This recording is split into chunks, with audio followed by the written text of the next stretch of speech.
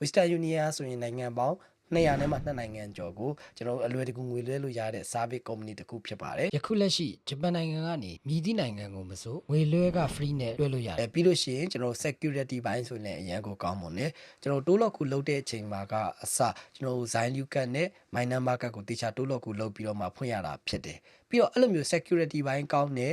အရန် company ကြီးဆိုတော့ငွေလွှဲရတာလည်းအရန်ခက်မှာပေါ့လို့ထင်ကောင်းထင်နိုင်တယ်မဟုတ်ပါဘူးပေါ့နော်ငွေလွှဲရတဲ့နေရာမှာလည်းကျွန်တော်ဖုန်းတစ်လုံးရှိပြီဆိုရင်အဲ့ဒီ application ကို down မယ်တေချာ register လုပ်မယ်ပြီးပြီဆိုတော့လည်းဒီဖုန်းထဲကနေပြီးတော့လွှဲလို့ရပါပြီသူတို့ပေးလာတဲ့ code ကိုယူပြီးတော့ကျွန်တော် convenience အနီးနားမှာရှိတဲ့ convenience ကိုတွားပြီးတော့ receipt စာရွက်လေးထုတ်ပြီးသွားပြီဆိုရင်အဲ့ဒီကနေပေးချလိုက်ရင်လုံးဝရပါပြီပေါ့နော်ငွေလွှဲပြီး15မိနစ်လောက်မှာဟိုဘက်ကငွေကိုစတင်ပြီးတော့ထုတ်လို့ရပါပြီဟာအဲ့လောက်လွယ်ကူနေတာအစင်ရောပြေပါမလားဒါပေမဲ့လုံးဝစိတ်မပူပါနဲ့ဂျပန်အစိုးရကအတိမတ်ပြုထားတဲ့ငွေလွှဲ service company အကြီးတစ်ခုဖြစ်တယ်ဆိုတာကိုကျွန်တော်အနေနဲ့ပြောချင်ပါတယ်